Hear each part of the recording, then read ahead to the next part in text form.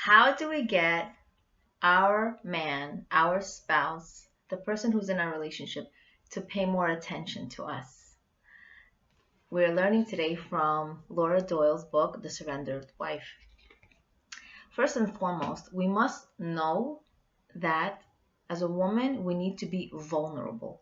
When I'm vulnerable, I'm opening up myself up in my raw state, telling my spouse my deepest and truest desires and needs.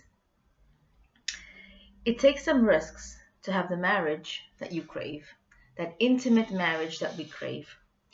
Being vulnerable in my marriage means letting my tears flow instead of me responding with anger and control.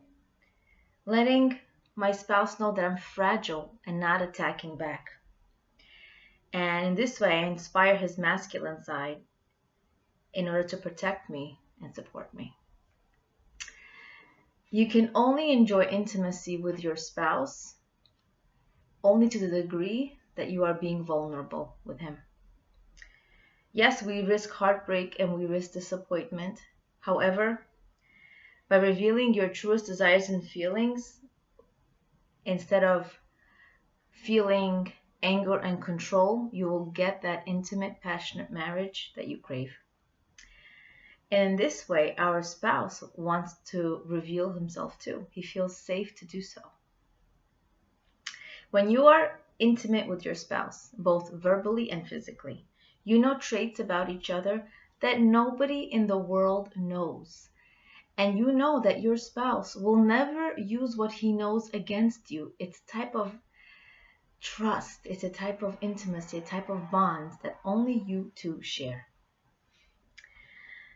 Vulnerability perpetuates a healthy physical intimate life, the willingness to hang around in hard times and challenges, a spark of excitement, and it gives you that look, that affectionate look that you see when sometimes you see couples who've been together for so long, that affectionate, enduring look of trust, love, and commitment.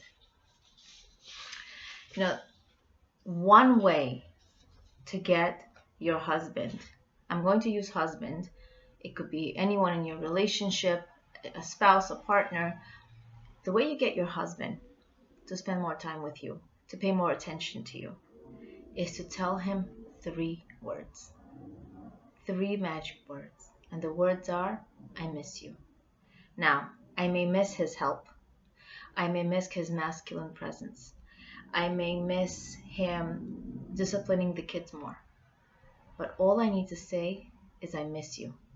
Sometimes women say the following in order to say that they really want their husband to spend more time with them, to appreciate them more, to be more present in the relationship. And what do they say instead?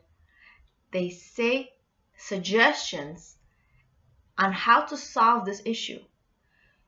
You're watching too much TV. You're on your phone too much. You spend too much time in the bathroom.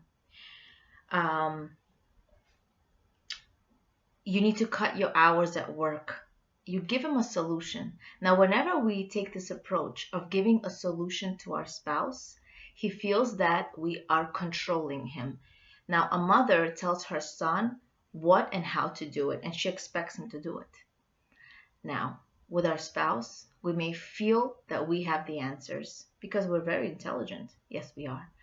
But when we take the approach of telling our spouse how to do something, when to do something, he reserves himself, he distances himself from us, and instead we don't get what we want. So one mistake that we can do is tell him when do we want it and how do we want it. But we can't tell him what we want, the desires, what we need, what we want. We can say, I want to spend more time with you. I miss you. Just, I miss you.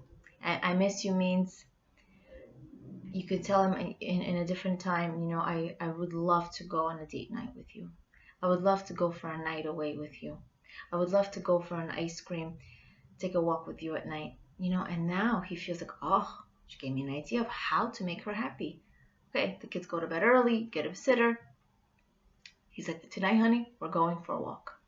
He's delivering your happiness. He wants to be your hero. He wants to use his ego, use what he knows to be your hero, because he wants to use um, your tools, your ideas of happiness. He wants to deliver them to you.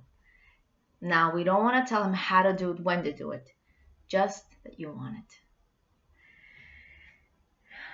Now, this is amazing because it builds that intimacy, it builds that bond. What you really want by giving the above complaints is to pay more attention to you. When we're complaining to our spouse, we don't really maybe want his help, because honestly, I know so many women who just would rather do everything themselves, because they just know how to do it right. They want it their way. Now, to do everything yourself, that's another topic. But you don't really want his help, maybe. You may want his time and attention. You may appreciate that he stands there in the kitchen and talks to you and compliments you and gives you some gratitude talk. So it's not really that I want his help, maybe. It's maybe because I want his attention.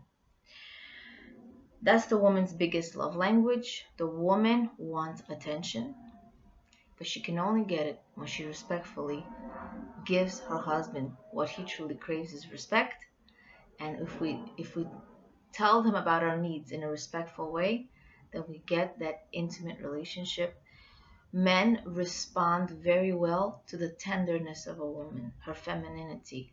Once we leave our femininity and say, I want it this way and I want it now, now we know what we want, and it's good to know what you want. But how to say it is true art of communication in a relationship. How do I tell my husband what I want? And it's saying it through a feminine, beautiful approach, a tender approach. May we embrace a more intimate relationship as we use our femininity and vulnerability to get more attention from our spouse, and therefore a more intimate relationship. Leah Abramov, Being and Becoming.